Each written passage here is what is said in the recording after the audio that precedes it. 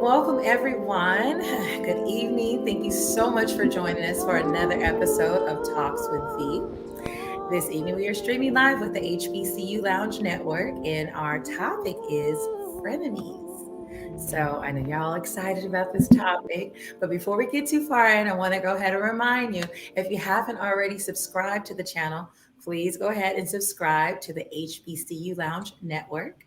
And if you have a YouTube account, log into your account so that you can join the chat with us. We love to see you all participating in the chat and leaving your feedback. And so go ahead and do that now. And also, share the link. Share the link. There's so many people who can benefit from this conversation tonight. And I'm very excited about it. So go ahead and share the link. Go ahead. Very easy to share. um, and so, without further ado, I'd love to introduce my lovely guest. Thank you, all three of you, for being here with me tonight to cover this topic. And first, we will start with Dr. Dyona, who is a friend of the show. Dr. Dyona, please tell the people who you are and what you do and how long you've been in the industry. Hi, everyone. My name is Dr. Dyona. I'm actually a psychologist working out of South Florida. My sister, Dr. Joe, and I, who's also a psychologist, opened a practice in 2020 during the pandemic just because we noticed that there was a gap when it came to ensuring that our community got the help that they needed, especially when it came to mental health services that were culturally competent. So we decided to open our practice as well as our organization, the Mental Health Sisters, so that we could empower women, but especially women in our community. I'm so glad to be here tonight, and I'm looking forward to discussing this topic with you all. Awesome, awesome. And next we have Lavanya from Texas. Hello, everyone. Hey, boo things. It's Lavanya from Texas. I am a author. I am a counselor, and most importantly, I'm a fellow journeyer. So I hold a master's in rehabilitation counseling psychology, and I've been in the counseling industry for about 17 years. I recently submitted and finished the paperwork for my LPCA. So now I am in Texas. It's you have to do the internship hours. So I'm in that right now, doing the internship hours for that. But I've been a counselor for 17 years, and just super excited about being here. I focus on working with women in overcoming trauma issues, healing their hearts, healing trust issues, as well as becoming the love that they've been looking for.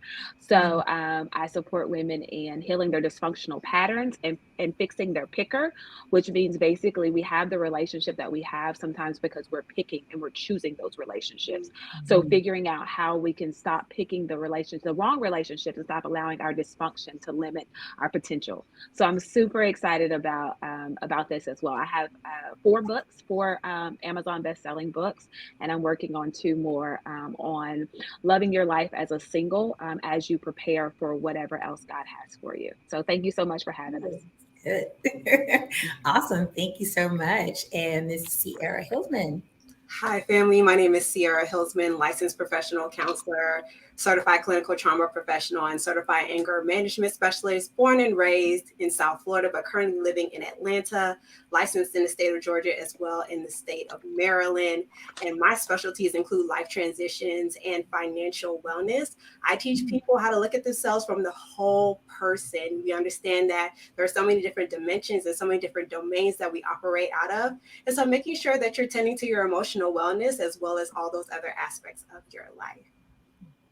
Awesome. Awesome. Well, thank you so much, ladies, for being here. Got some amazing guests, and I know that oh my gosh, this topic, I've heard so much just since I've discussed that I would be having it. And everybody's got their horror stories. And then there's just some that are just excited about the topic just to learn, more.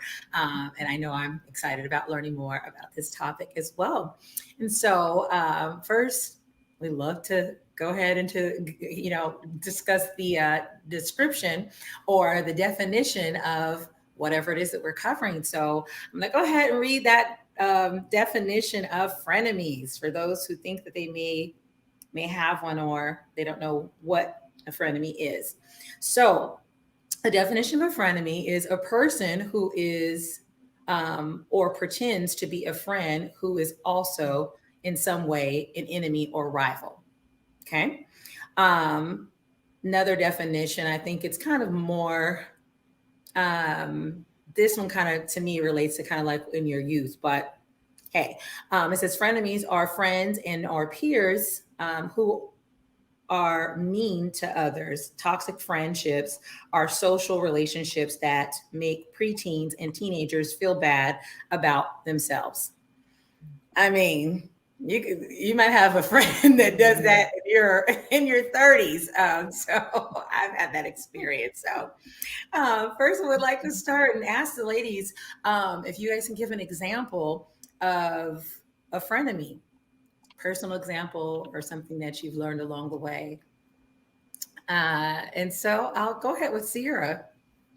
Yeah, so a frenemy is an individual, like you mentioned, who pretends to hold that friendship relationship, but has these underlying intentions that are either covert or overt.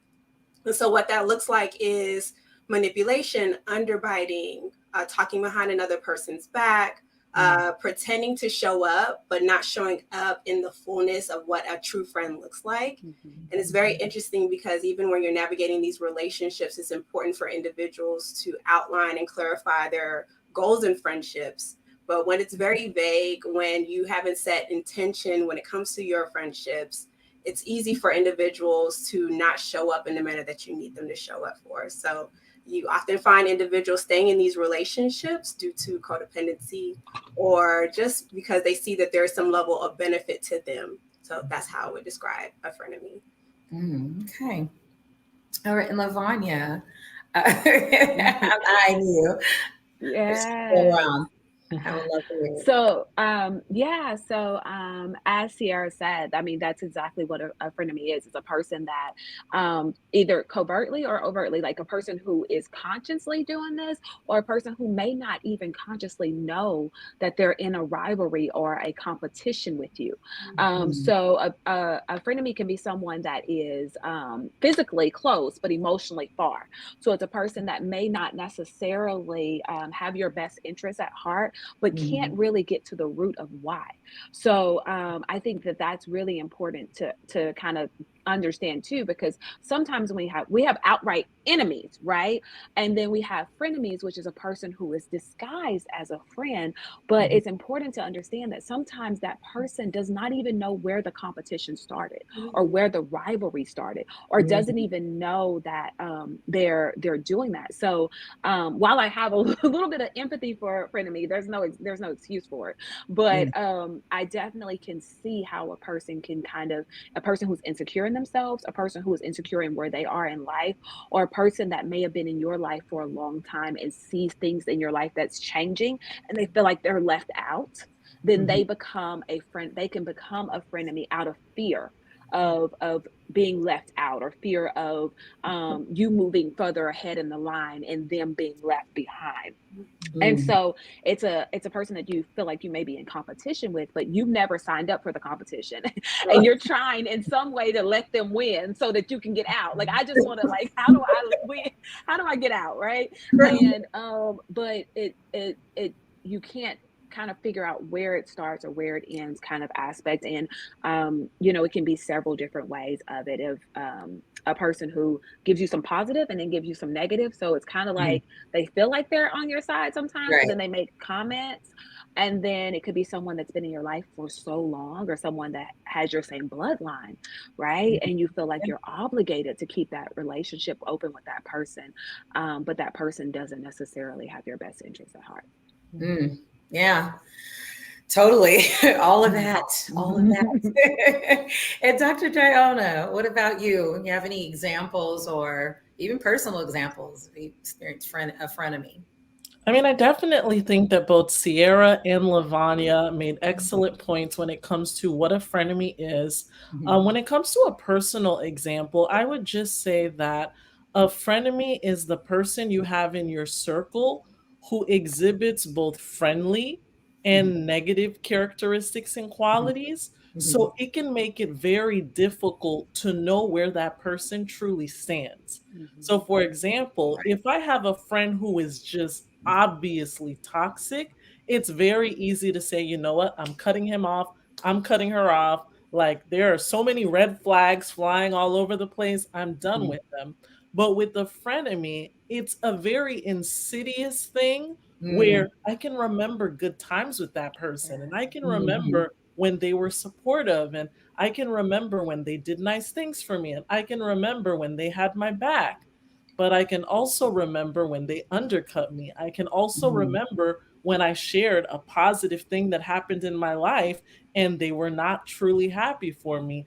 I can remember times when they were being fake and phony and it was obvious to me, but they wouldn't just outright admit it. So to me, the frenemy is someone who walks the borderline between friend and enemy. So it's a little bit harder to cut that person off because you do have both positive and negative memories with that person. And I think too, one of the things that I was going to say, what you, Dr. Diana just said, reminded me like basically of a trauma bond, right?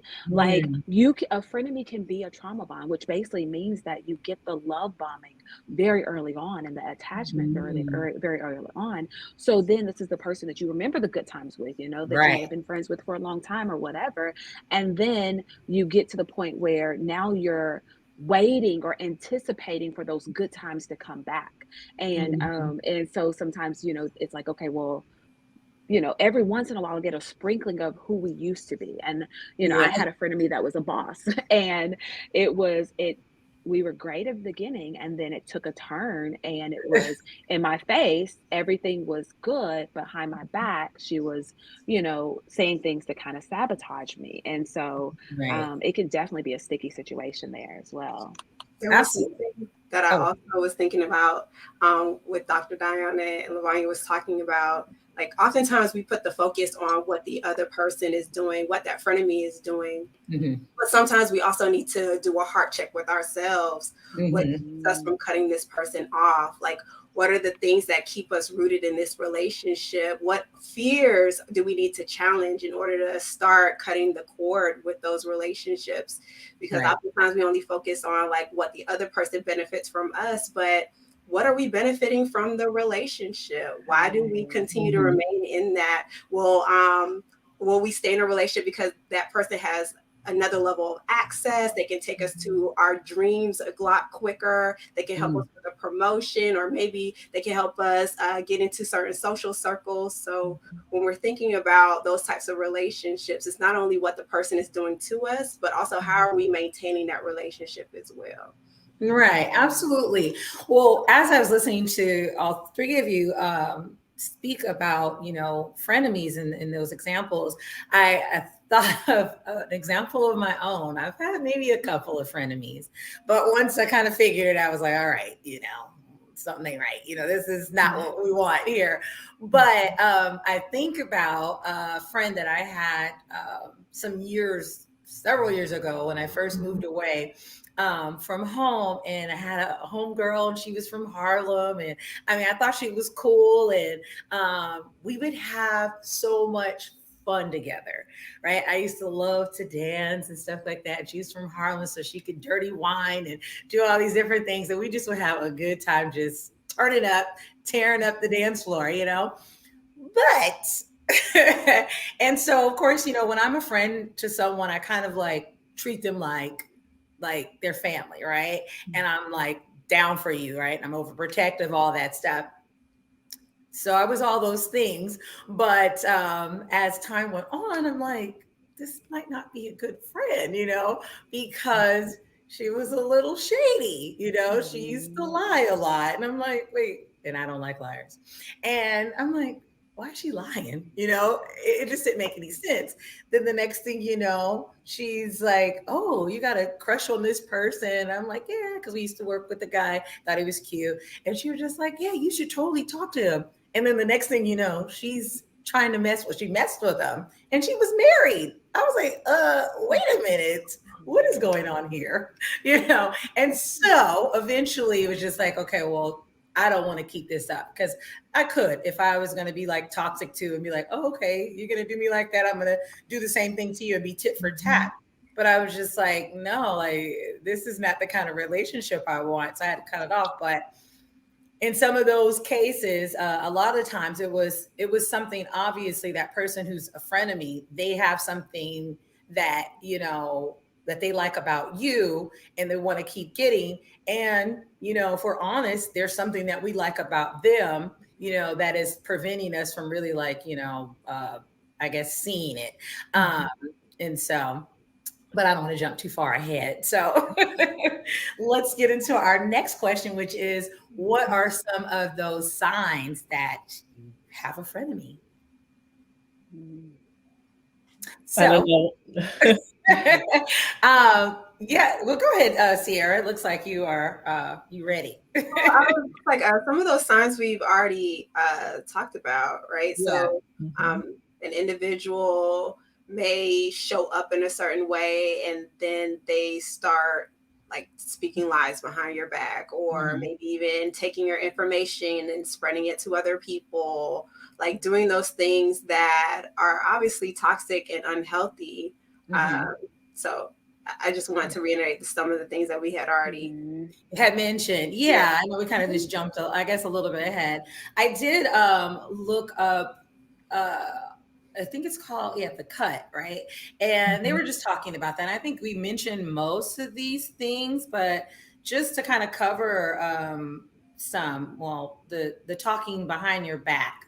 That's something I think in a lot of cases, some people will just accept that because it's just like, okay, we're messy, right? And it's just like, but like, how far is too far, right? You're like, well, we're all friends. So of course we're gonna, talk, about what's going on with the other person, especially those friend groups, because some people have, it's a threesome. They have a few different friends that they all hang out together. But it's just kind of like, at what point is the talking, like, where's the line, right? Because if it's four of us and we're friends, or three of us and we're friends, it's just like, okay, how do you know when it's just like, okay, this is a little like too much, right? Like some of these conversations you may not need to be having. And I think some people, they're kind of unclear with it, or they don't see anything wrong with some of that. Let me see. Oh, this one was good. They're always asking for favors. So they're always asking for favors from you, but then when you need them, then they're not able to come through for you. They're just like, "Oh, I'm sorry, I'm so busy," but somehow, some way, they always got a fresh ask for you. And so I think that one was pretty interesting. And then this other one, and then we'll kind of go into our next question. Their emotional needs consistently outweigh yours. So that one is interesting because I don't know if you guys have ever been in a situation like this, but where it's kind of like, always having something that they need from you. But when we talk about emotional needs, this person is like, I don't want to say emotionally unstable, but they, kind of put all of this on you. And when you can't have an off moment because you're the friend who is always the fixer, right? And so I don't know if you guys have ever had that kind of experience where it's just like, okay, the brunt of the relationship is kind of like you're carrying it. And heck, that might be even in a romantic relationship sometimes. Well, that's important to kind of think about when you're like in that I think that would be one of those covert kind of situations, right? Okay. Where that person is maybe not, they're so self-involved that they don't even know that they're not showing up. Now, sometimes they do know, of course, but I think, like, for example, like if you have that friend or that person that's heavy, I use the term heavy all the time, right? They always have an issue. They always have a situation or a circumstance, and they always want you to be there for them. But when you have a situation or circumstance, they can't be bothered in that area, or they can't be, they don't have the bandwidth for it. And so, but then the first time that you set a boundary to say, hey, you know what, I can't, X, Y, and Z, I'm dealing with my own things. Example, I had a friend that she always had issues. And Mhm. of course, her issues, I didn't necessarily consider them hard issues, Mhm. but they were always something that was just so detrimental to her, right? Right. And then when I was going through my divorce, and I was heavy, and I needed someone to be that support for me, Mhm. then she wasn't that person for me, Mhm. And so I had to realize that I don't think this person was intentional about that aspect Mhm. of it.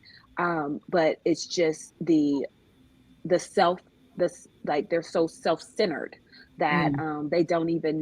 they're not even consciously aware of that aspect. And one of Right. the other aspects that I wanted to add, just one, of a characteristic, is this person one ups you, right? Mhm. um and so this person is a person that you tell a story or you tell something that's going through, and they're like, oh, that happened to me. Or, oh, Mhm. this is what, Mhm. and that person who always has, a story where, if you got in a car accident, then they, got hit by a helicopter. And if you, it's always like this Yeah. something that's bigger to get the Mhm. attention off of. So you were telling them your story, you were kind of doing that, and now all of a sudden the conversation has shifted to what's going on with them and Right. their circumstance. And a person who does that constantly could be, a frenemy. Right. When I was thinking about this topic, and how important it was just to have this conversation, um, I, was just like, okay, is this something that, is crucial? Could it be really harmful? And I guess I was just kind of like trying to discover that and researching different things. And then the story came out a little bit after, well, maybe I guess a couple months after I, came out with the title of that I wanted to cover it on Shanquilla Robinson. And then Mm. it really became important for me to discuss this topic, because I think that we don't realize how crucial it is. You hang on to, to different friends, and sometimes they're just not even your friends. And one thing I, notice, and I think it's really important too for young people, is because in this generation, this younger generation, the teens, early 20s, it's kind of like the fake culture is being celebrated. I feel like when we were young, like Mhm. it was all about being real, like, oh, you got to have real ones, around you. And I think people appreciate that. But this newer generation and the culture is kind of like everybody's flexing or posting for the gram. Everybody's on a vacation, some exotic vacation, and that's cool. I think vacations are amazing. Like, don't stop doing that. Enjoy yourself. But it's almost like, it's just fake, and you can be whoever you want to be on the internet. So much so people are willing to just go to people's homes. They don't know their last name, they just met them today. They're going out of the country with strangers, and they're dying. I mean, and not just the situation with Shanquilla, but also there was another young lady, who, it was her roommate and the boyfriend, and they basically conspired and they murdered her. And it's just like, we don't really, you know, it's alarming because, Yeah. a lot of us have younger sisters, daughters, cousins, family members that are falling into this category. And it's happening, I think, a little bit too often. And I think we don't realize how alarming it is, the dangers in having these frenemies. And so I wanted to give you guys an opportunity to kind of like, talk about that, because to me, it's very disheartening to see, what has happened, to that, to Shanquilla and young, girls like her. Yeah. There's a couple things that I tell my clients all the Mhm. time, especially when it comes to interpersonal effectiveness skills and things of that nature, is that Mhm. trust takes time and time takes trust. But we Mm. live in a society where we don't take the time to learn how to Mhm. trust not only ourselves, Mm. but trust other people. And so, like, even with the word friend, it's important for individuals to identify their own core values when it Mm. comes to friendship. You know, what do you need from a friend? How can a person become your friend? How are you a friend to yourself? And so even when I'm working with clients and identifying those relationships, I break out the relationship onion. Understand that that first layer on the outside is a stranger. You can see them on the street, giving them a head nod, keep it moving. Or you're scrolling and you see these individuals that you know absolutely nothing about. The next layer would be those professionals, right, who know us from a practical and tangible base, like your therapist, you have your OBGYN, your PCP, all of those individuals who know information about you, but from a data perspective. Have your associates and your acquaintances. And I feel like those individuals often get the name friend immediately. And that's why it's important for us to slow down. With your acquaintances, these are individuals that you have met, whether it be at work or in social groups. So you know what they look like, you know who they hang out with, but you don't really truly know them. You don't have that intimacy that it takes to become a friend. And then with an associate after that, those are those individuals that you don't mind having your name attached to, right? So all of us on here, we're mental health professionals. Obviously, we haven't had the opportunity to get to know one another, but because of the fact that we're connected by this wonderful woman, V, we can trust that, okay, well, maybe your credentials are solid. Right. Your character is good. Yeah. And after that, that's when we get to the meat of it, that friendship piece, identifying that. And then all of that is governed by your relationship with self. So once you know, how can I be a friend to me? And then you set that same caliber for other people, it's hard for you to be able to develop frenemies because you wouldn't be a frenemy to yourself. Okay, drop the mic. I definitely think Sierra made a lot of good points.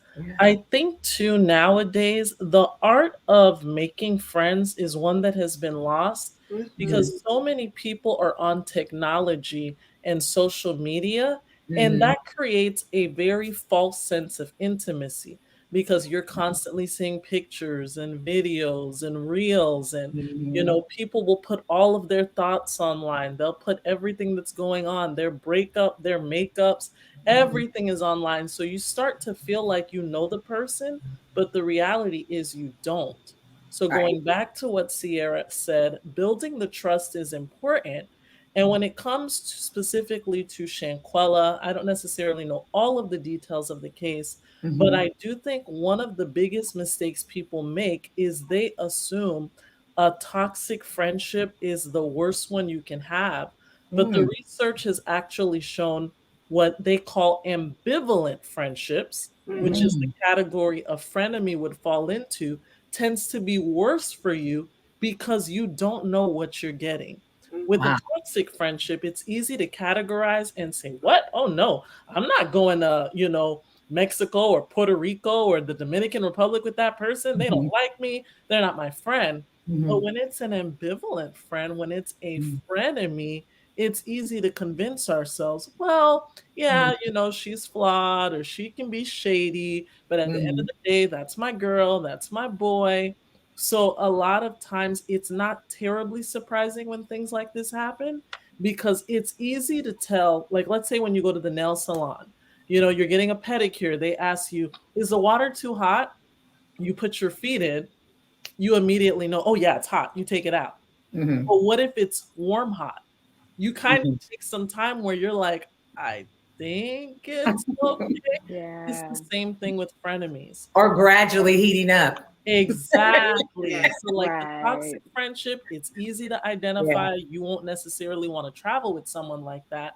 But with the frenemy, you kind of, oh, I guess it's okay. And then unfortunately, in Shanquella's case, it ended up with her losing her life. Yes, absolutely. And that ambivalent friendship is so it's so important to understand that, right? It's so important to understand that aspect of it because Dr. Dyona said, it is that you're in this constant high and low, right? You're in this constant, your cortisol levels, your stress levels, are kind of I'm on eggshells with this person. It's if I do things quote unquote right, then we're good.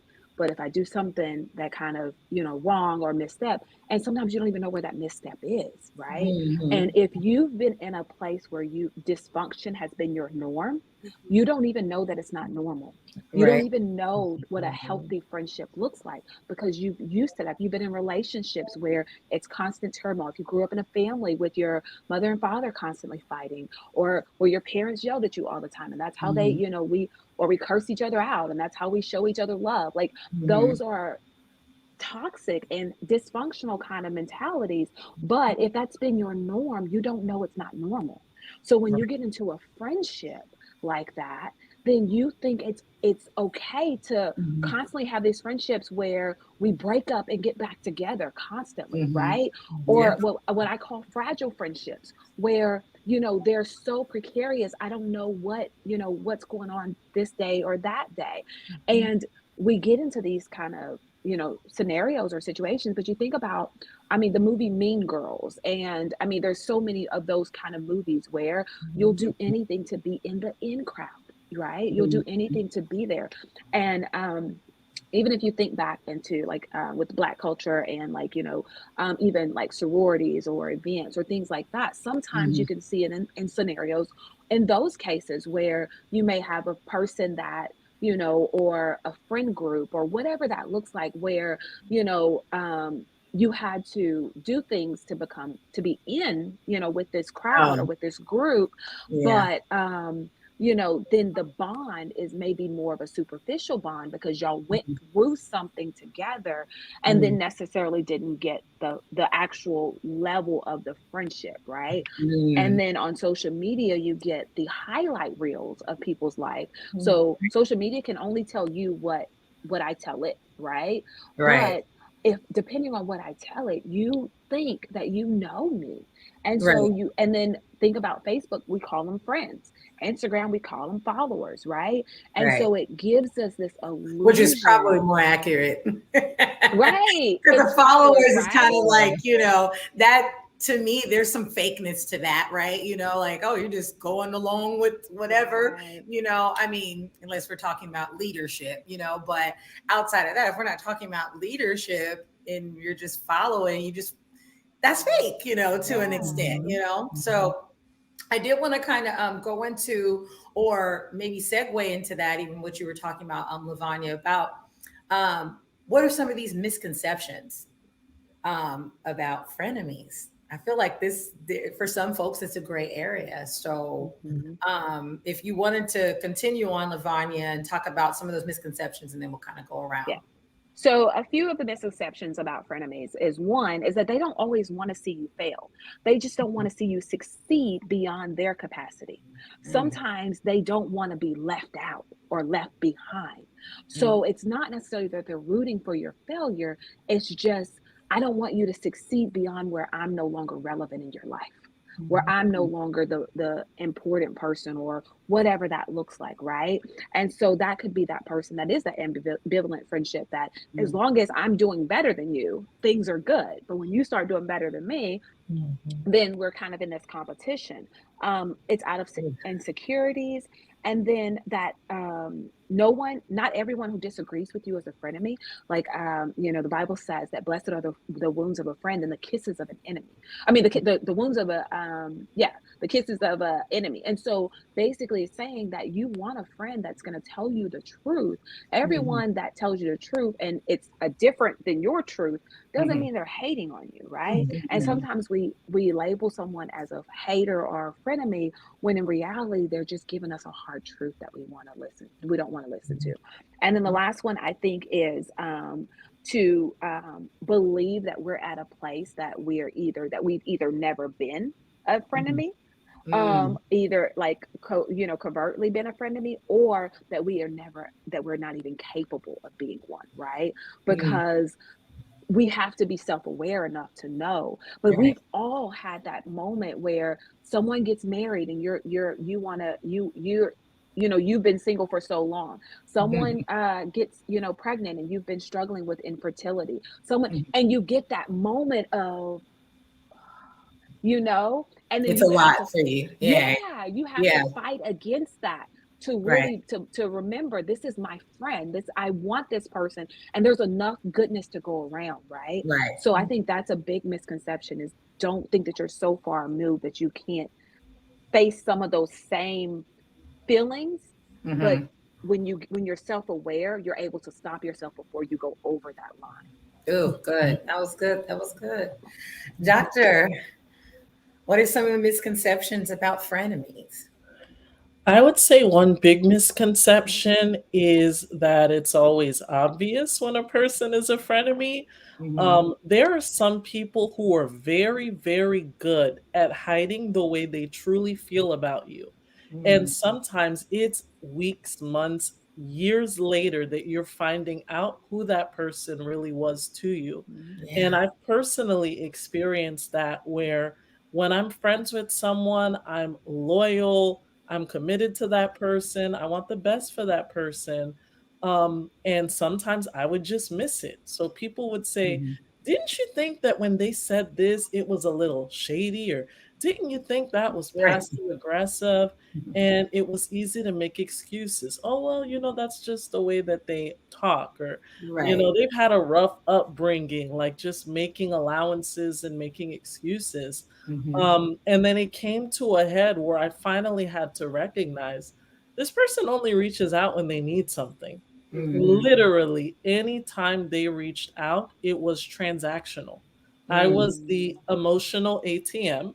They were Mm-hmm. going to make withdrawals, and then Mm-hmm. after they made the withdrawal, they would disappear from my life. So Mm-hmm. sometimes a frenemy isn't obvious. Mm-hmm. Another misconception that I think sometimes people do about frenemies is not recognizing there are certain things people say and do that passive aggressiveness, it still counts as being a frenemy. So a Mm-hmm. person who is constantly sarcastic, a person who's constantly making jokes. I was just kidding. Why are you being so sensitive? That still falls under being a frenemy because once Mm-hmm. again, there is a mixture of I'm your friend, I support you, I have your back, but Mm-hmm. at the same time, I'm constantly Yeah. undercutting, undermining you.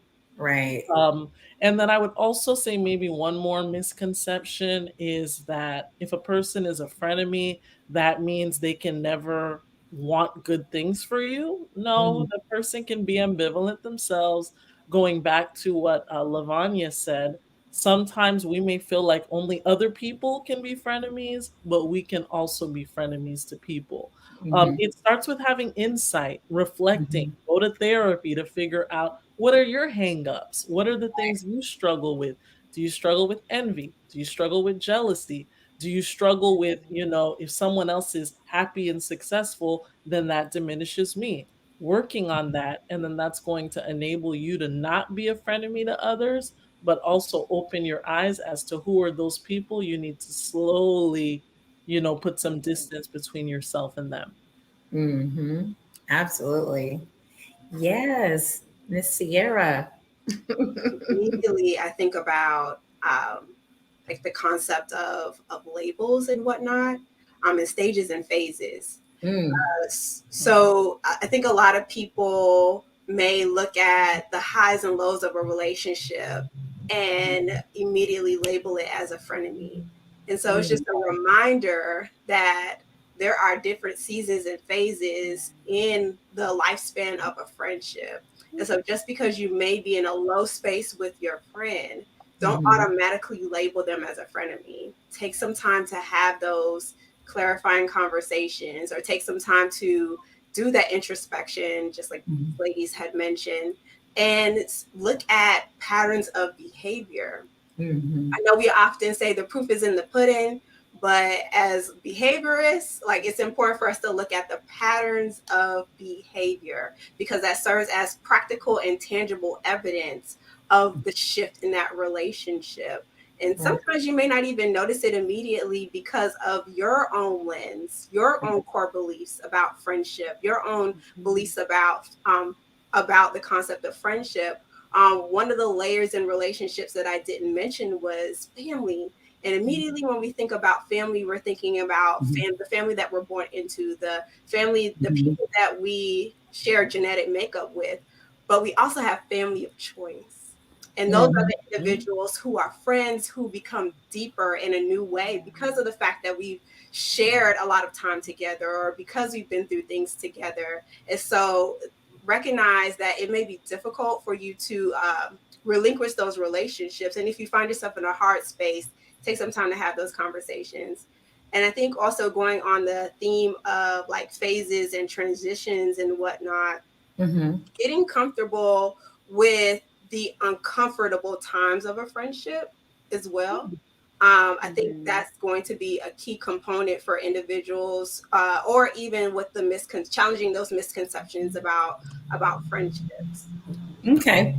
Yeah, absolutely. That was so good. Can I make a really quick comment? Sorry. Sure. What Sierra just said about the phases of friendship, I think is so important, and understanding like kind of like seasons in life, right? Like your friendships, if they can sustain it, they will go through those seasons. And sometimes when you're in a winter of that season of that friendship, that's when things are changing. That some certain parts of the friendship, we're older, you get, you're both single at the time, so y'all were able to spend time together and talk all day every day, and then someone gets married and then has kids, and now that friendship has to evolve. And that person who's not married and who doesn't have kids, now they start to, they can start to think, oh well, this person's not there for me anymore, this person. But it's just that the season has kind of shifted in one person's life, and being able to get through that winter to understand that spring will bring something maybe more beautiful. I gave the example of the friend that wasn't there for me in my divorce. And it was because I was heavy. And I admit, like, I knew, like, I got tired of myself. Like I was heavy. And so I knew, and especially when I was going through that mindset of that mentality of when I knew I should let go, but I wasn't ready to walk away yet. And I kept having the same exact conversations over and over again. And I needed someone just to listen. And that friend wasn't able to be there, but another friend emerged. And this is a friend that became that support for me in that time frame. And now both of them are still my really good friends.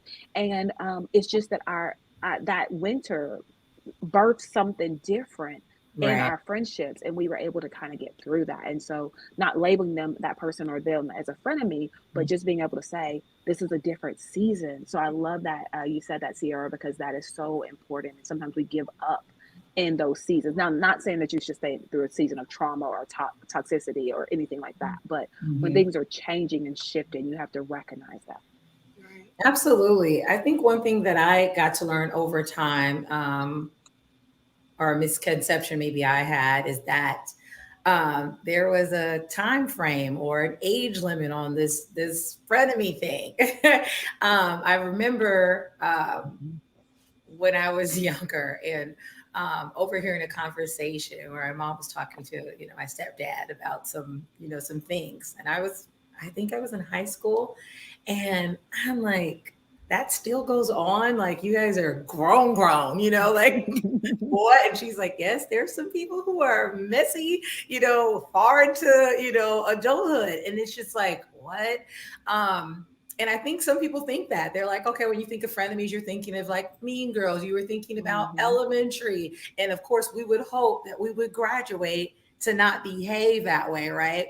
And to not, keep up the mess or whatnot. That, oh, that's high school or, whatnot. But it's still, as you guys have mentioned, like if you have that, you don't have that awareness and you haven't taken out that time to kind of like discover those boundaries and grow, then you will still act like that. You will still be toxic, as a 50-year-old, or a 60-year-old. And it's kind of sucks, but like that's the real. But that's one of those that I felt like was kind of a misconception as well. And I would add to that, V. I think one of the biggest lies we've been sold is that with age comes maturity. That is a bald-faced lie. Maturity means doing work. And a lot of times people don't want to do the work. They want the people around them to change, but they don't want to change. That's good. But the reality is, if you want to have maturity, you have to be able to look at yourself, the good, the bad, and the ugly, And nowadays, people don't want to look at the ugly. They don't. They Like do getting older is not a choice. Maturing is, right? Like Yeah. we all get older, but we don't all grow up, and we have to realize Mhm. that. Mhm. Mhm. So, y'all, what would be the motivation? What is the motivation to be a frenemy? Mhm. Anyone wants? Go ahead, doctor. You asked that question, and I'm like, I'm not sure if I would look at it as a motivation. I think Uh-huh. it's more of, and this isn't going to sound psychological, it's going to sound a little spiritual. I think it's Okay. a heart issue. Yeah. I Mm. think that a lot of people deep, deep down inside are not satisfied with themselves, where they are in life. They're constantly comparing. They feel Mhm. inadequate. They feel inferior. They feel worthless. Mhm. So, whenever they're around other people, they're constantly mentally keeping score Yeah. and Mm. they don't even recognize they're a friend of me.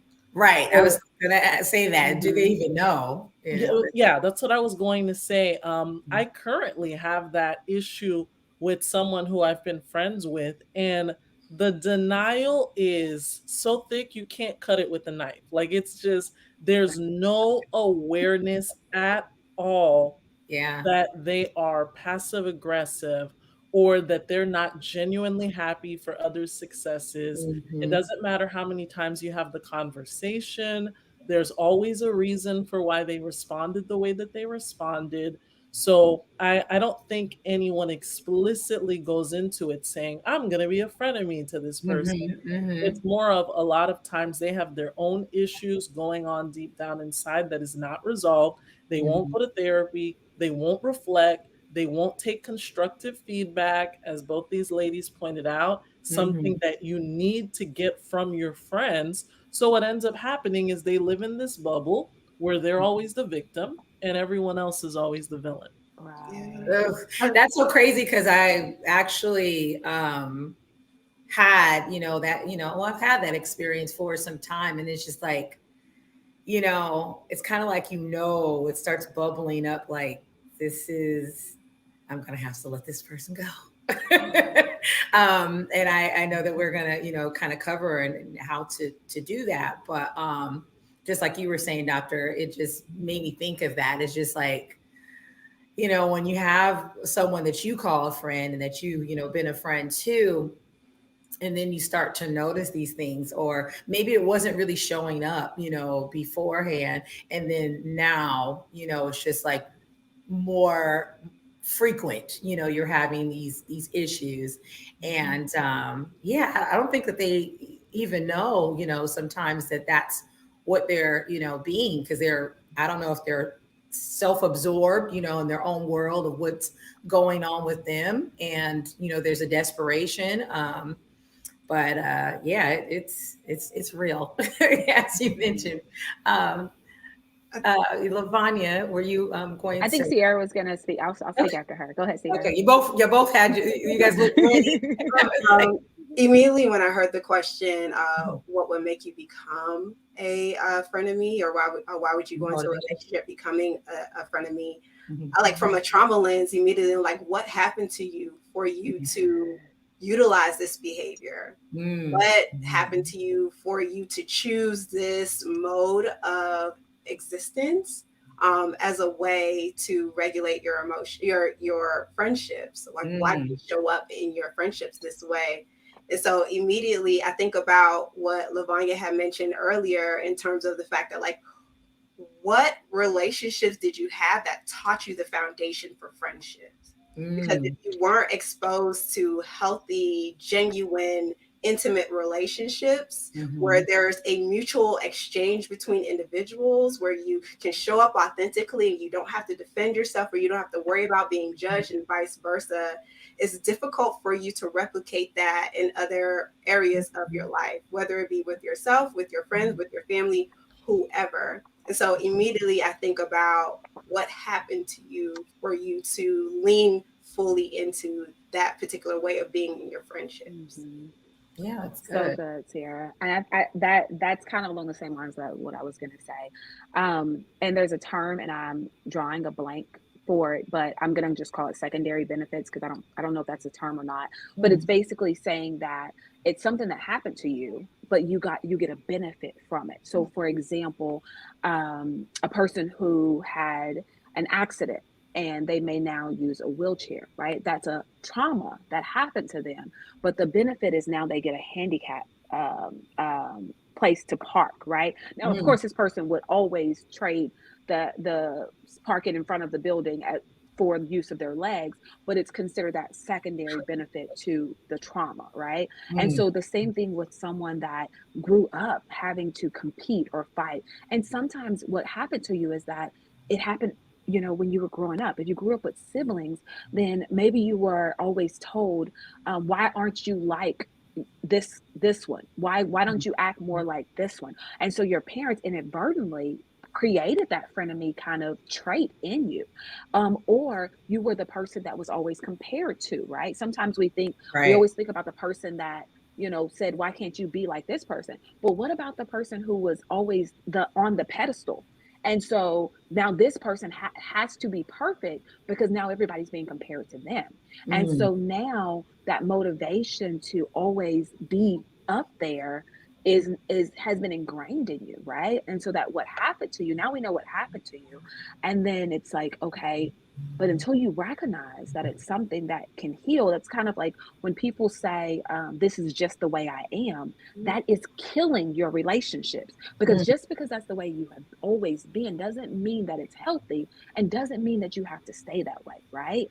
And so some people say, well, this is just, you know, I have a person that is in my life, and everyone around this person is just like, oh, that's just, let's call her Ann. That's just Ann.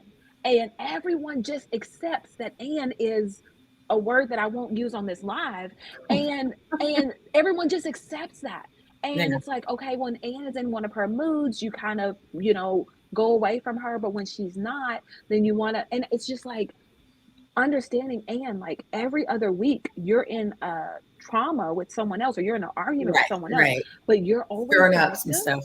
Yeah, you're always the victim. Are you sure?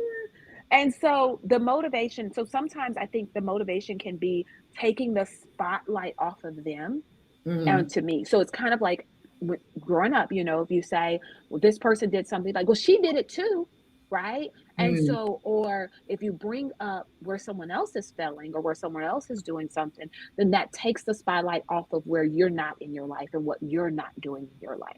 So it's kind of around the family table at Thanksgiving. If I can get you talking about the drama of my sister or the drama of my uncle or my auntie's fourth husband, then I don't have to talk about where I didn't finish school or where I didn't do that, you know? And so sometimes that can be a motivator too, is not, I don't necessarily want to hurt you. I just don't want the attention on me.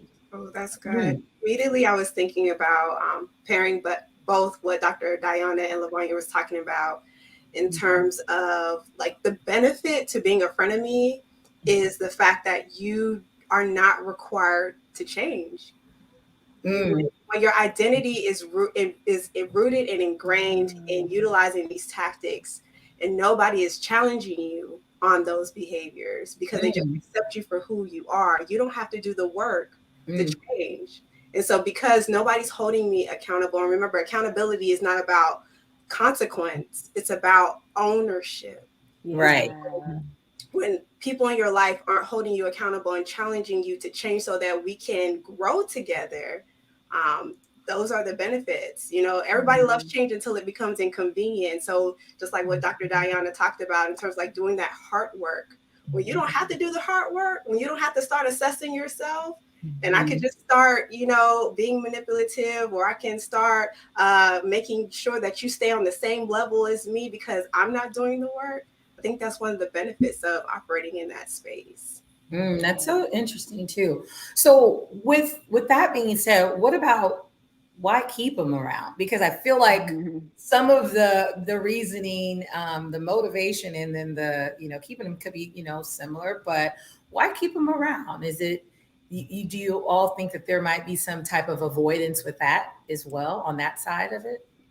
Yeah, Yeah. I definitely think for me, two reasons I think that someone can keep a friend. Why what someone would keep a frenemy around is, one is because they perpetuate the feelings that you have about yourself. So if you're insecure, if you haven't done the hard work of knowing who you are, and you believe that you don't deserve healthy relationships, then that frenemy, it basically confirms what you already believe, right? You believe that dysfunction is the norm. You believe that you have to have constant highs and lows. You believe that the person who loved you the most can hurt you the most, and Needing that's just the way it insecurities. goes. Yeah, and so you start not doing the hard work and just saying, okay, well, this is something, like, this is just how friendships work, or this is just how relationships work, or their family, and you just gotta love them. Yeah, you can love them, but you can leave them as well. And not understanding that, that aspect of it. So I think that's one of the reasons.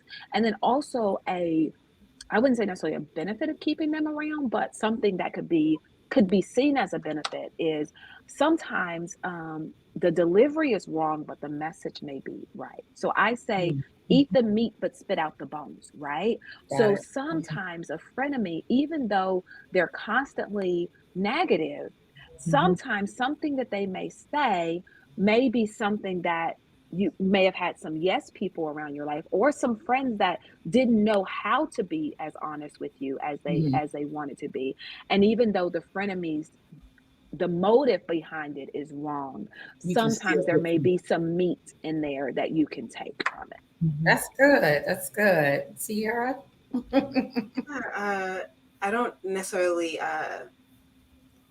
see the benefit, but I can see like why a person would want to keep the friend around or the frenemy around. One, like we talked about, the avoidance piece that challenges an individual to have those difficult conversations. And so if you struggle to be passive in most of your relationships, and you don't know how to effectively articulate your own wants and needs because you haven't sat down to be able to identify your wants and needs in relationships, it might create anxiety in order to have those relationships. Also, there are some fears that individuals may have with letting that relationship go, especially for my clients or individuals who deal with anxiety.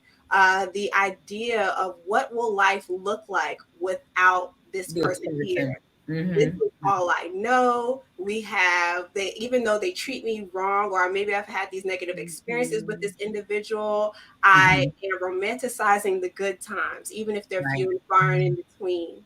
And so what would life look like if I don't even have those little bitty breadcrumbs in my life? The bread, and they are security in that dysfunction, right? Exactly. Because even though I know I'm gonna get everything else on this plate, at least I know they're also gonna give me this little bit. And where am I gonna find that little bit from? Right. Or the person who knows.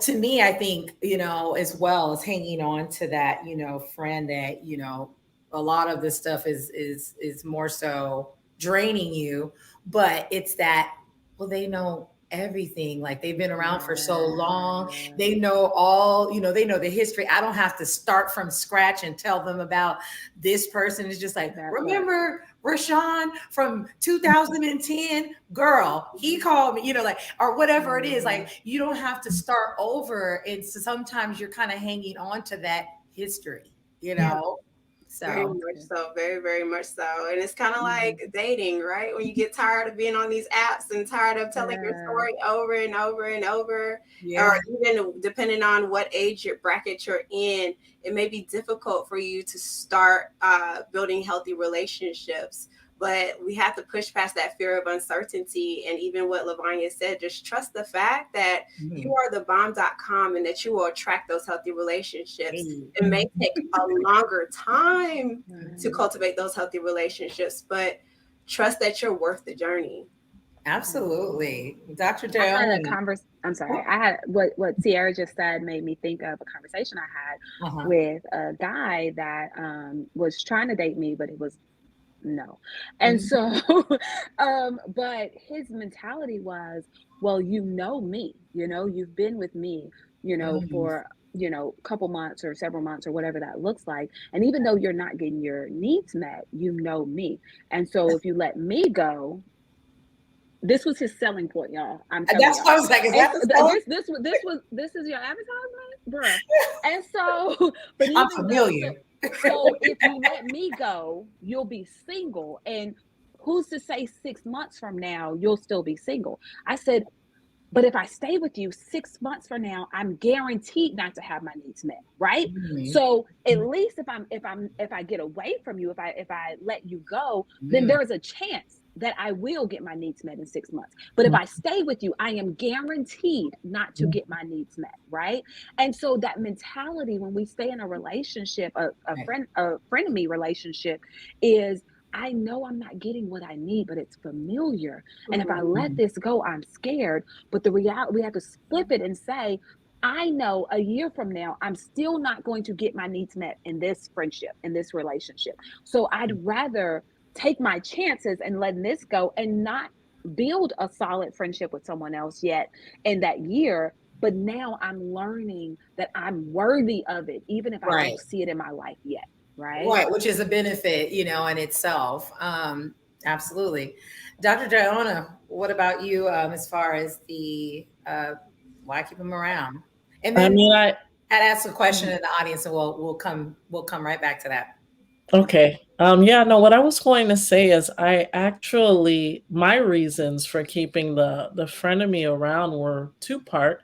You Mhm. kind of touched on this earlier, V, when you talked about history. Mhm. It's someone that I've known for a long time, and it Mhm. hasn't all been negative. Right. And I think the second part for me is I was raised in a Caribbean Christian household. So Mhm. there's a lot of cultural and religious values that play Right. into my decision Right. where, you're taught about love and forgiveness and giving Mhm. people a second chance and considering, what's going to happen if that friendship ends. How is it going to affect them? How is it going to affect the family? How is Mhm. it going to affect your relationship at work, school, church, or wherever it is that you interact with them? Your So other for friend. me, it's not as simple as, oh, you're a friend of me, you're out. Yeah. Mhm. It's more of a, if I do this, what are going to be the repercussions that follow? Yeah. Right. Yeah, It's that's so important. good. Because it's just like the friends too. If you guys share friends, then it's Mhm. just like, so what do we do? Just kind of like act like, carry Mhm. on, like Right. like it didn't happen, or is it a Right. secret? Like, just that Mhm. whole ordeal. Or It, if it's a family member, right? Like say it's a it family member and now you've limited your access to this person and yeah. or their access to you, Mhm. then what does that look like? Because this person is going to tell a story about what happened, Right. right? Yeah. And typically it's not going to be the most accurate story, or it's going to cast them as the victim or cast you as the villain or whatever that looks like. So I Mhm. definitely see what Dr. Diana is saying is that there's you have to it has to, depending on the relationship of this Right. person, it has to be it is a calculated risk. It's a Yeah. calculated decision to make in that aspect, to say, okay, when I hit this domino, where are the other ones going to fall, and Mm. how does that look for in the future, right? That's true. That is so true, y'all. Someone asked in the audience, let's see. Oh, it was Lady D. Oh, so my question is, how did the toxic dysfunctional person get to be your friend in the first place? I mean, from my Mm, perspective, I would say that they didn't show up that way, yeah. and I'll give you the side eye because I think I'm a good read. But if this person was being your friend since you were young and dumb, then that would be what I would say. I mean, like how the person got into, because at this point in my life, you can't get in, showing up, toxic, like, or even showing up as, ambivalent, as you were saying, like there's some signs, I think, that Mhm. people, even as much as they want to cover it up, they can't cover it up because give them a week. Now people's tolerance these days and their flip floppiness is just showing up so quickly that it's just like, at this Right. point. you just had to have your eyes closed, your ears closed, everything just sleep, to to have these Right. people in your life, at a certain point. But if anyone wants to answer that question, how did the dysfunctional person make it in your life, or how do they just make it in your life? I mean, a person doesn't always show their true colors immediately. Right. We Yeah, often bond over shared interests, over shared beliefs, organizations, hoods, neighborhoods, things of that nature, social settings and groups. And mm, so you get opportunity to come together, and then you start hanging out with that individual. Then over time, the representative falls to the wayside. And right. so kind of like what we talked about earlier, it's just like you always don't see the true colors of a person immediately. Nobody, rarely, I don't want to say anybody, but not many people show up as their authentic self. Right. And so, Yeah. And then it could be association too. Mhm. Like you this is a coworker or this is a friend of a friend. We all have these friend circles where there's friends on the fringes, right? Where I'm friends with this person, but then this person is friends. So that's 6 degrees of separation. So that person could be that toxic person that kind of now we're in the same circles and we're hanging out so many times. It's very rare, like Sierra said, that someone's gonna come up and say, you know what, I'm gonna wreck your credit, wreck your car, wreck your hat, your Ugh, peace, and and your diet. But hey, you want to be friends? Like nobody shows up.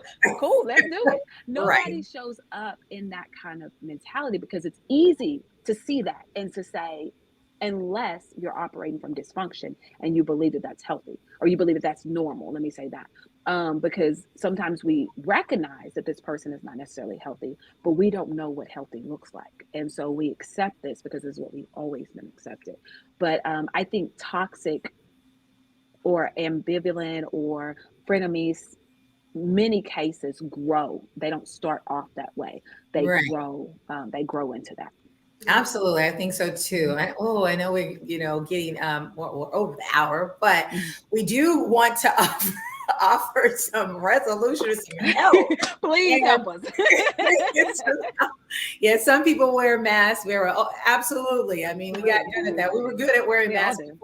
before the pandemic. So we're always Some of us wearing. never took them off, honey. Never took them off. Exactly. And so our last question is, how do we learn to let go of frenemies? Because obviously, if it was something easy to do, you wouldn't have them, right? You would notice it and you'd be Right. like, bye, but I think we kind of touched on why keeping them around, but like, how do you let them go?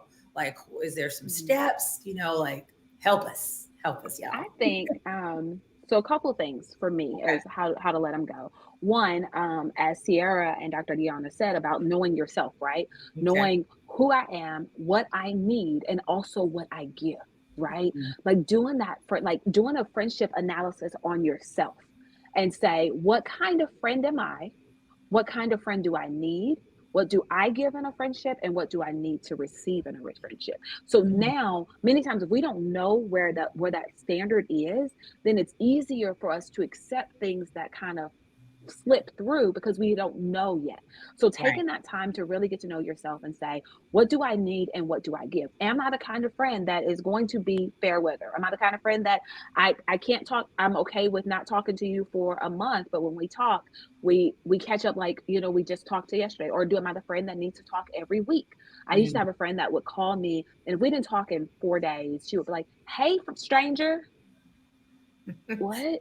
And she was like, "It's been 4 days since we talked." And I was like, "Well, why didn't you call me?" "Oh, well, I was waiting for you to call me." We're not doing that. Right. So, and so like knowing what you need and what you need, and then understanding boundaries, right? When Okay. if you the book by Dr. Henry Cloud and Townsend, Robert Townsend, I think, Yeah. John Townsend. Mhm. It's called Boundaries. Please read the book, like eat the book. And it talks about boundaries, right? And one of the things that he mentions that makes boundaries so clear is that you would not go to your neighbor and build a fence around their yard. You build a fence around your yard, right? So Mhm. many times we mess up in boundaries because we start telling people what they should and shouldn't do. Mm, No, a boundary is saying what I will allow access into my yard for, mm, right? So I set a boundary for myself, and everybody gets the authentic me, but everyone does not get access to me, right? So a boundary limits that availability. So for those frenemies, for those people that are toxic in my life, those people that are whatever that looks like, right? Then I have a gate.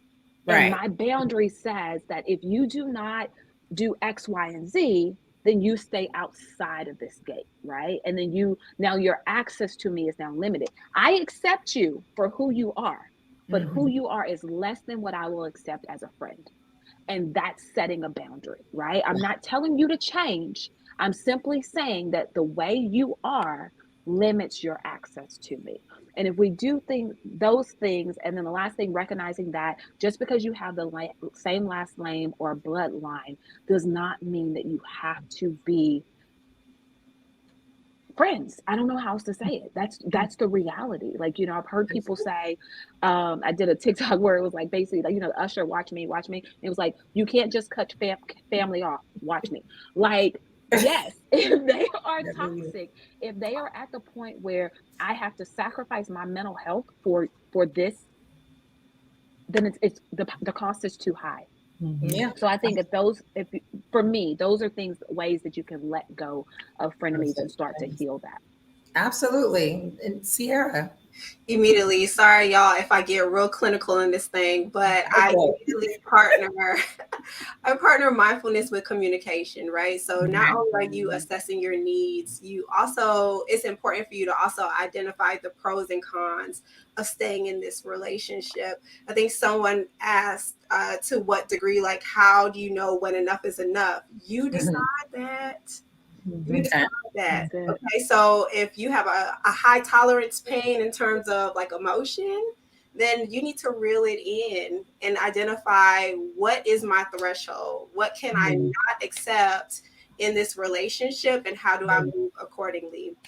And then in terms of like communication, after you identify your needs, if you ever get a chance, check out this acronym. Is called Dear Man. It's in dialectical behavior therapy, where essentially you're describing what happened or what took place and in the relationship, that particular offense or the particular problem at hand.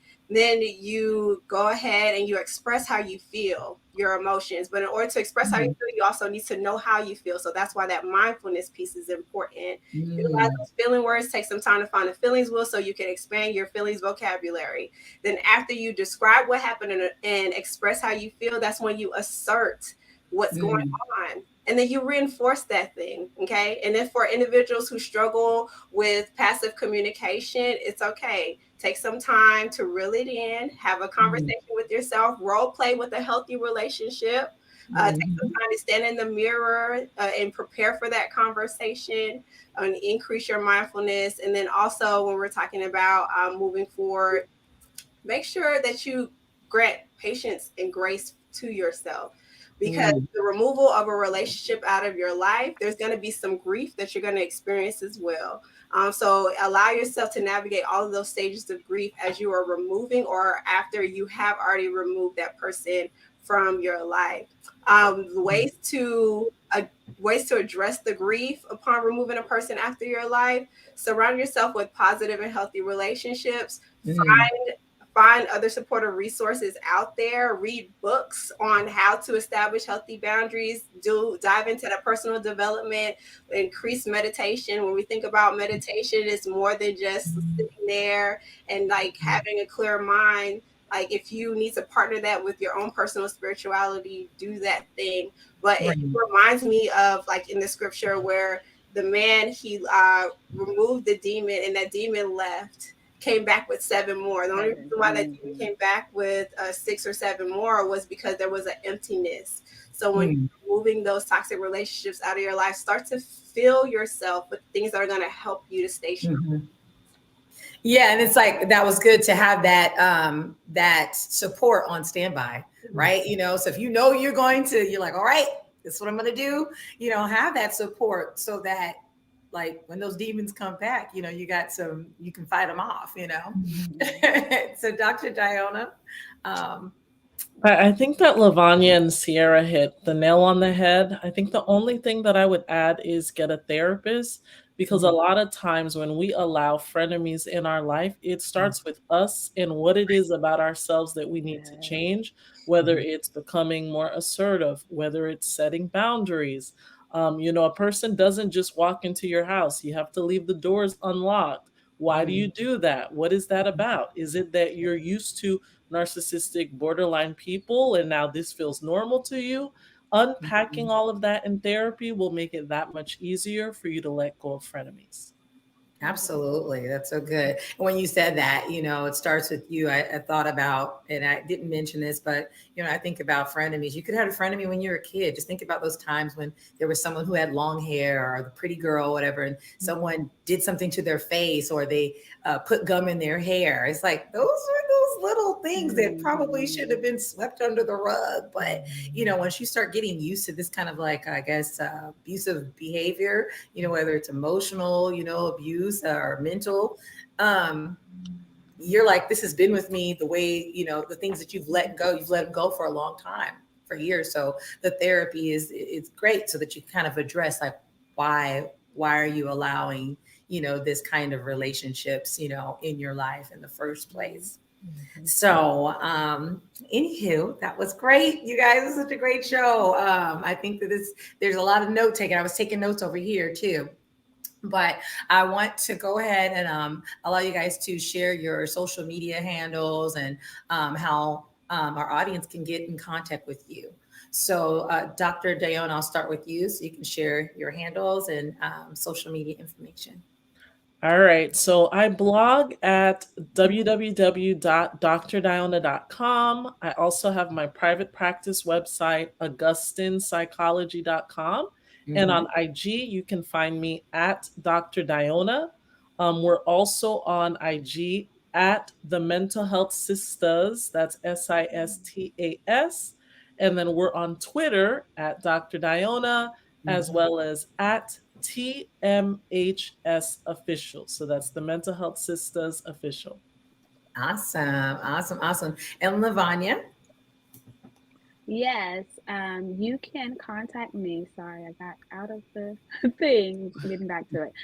You can contact me at Lavanya R. Tryon on all social media platforms. So that is Instagram, TikTok, Facebook, as well as my blog is www.lavanyartryon.com.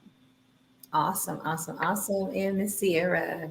Yes, you can visit my website, legacyspks.com. You can also find me on all social media platforms, Legacy SPKS. And you can also find my YouTube channel where I also focus on interviews with other mental health clinicians of color at Legacy Speaks. And you can also tap in via mentalhealthgoals.com where you can receive a free mental health action plan there. Oh, awesome. So good. All righty. Well, I wanted to say thank you, all three of you, Dr. Dyona, Sierra, and Lavanya, for joining me this evening to talk about frenemies. We need more of this. We have to kind of just have these conversations. I think a lot of the times we're like, okay, well, I'm struggling, with these different areas, in our lives or topics and discussions, but it's just good to have, that support, basically to kind of like help you tackle it head on. So thank you so much for joining us this evening. And for my audience, thank you guys for always showing up and be in the comments, and we'd love to see more of you guys next time. So anyways, thank you, V. This has been amazing. Yes, have a great night. And till next time, we'll be back. Thank you, ladies. Bye.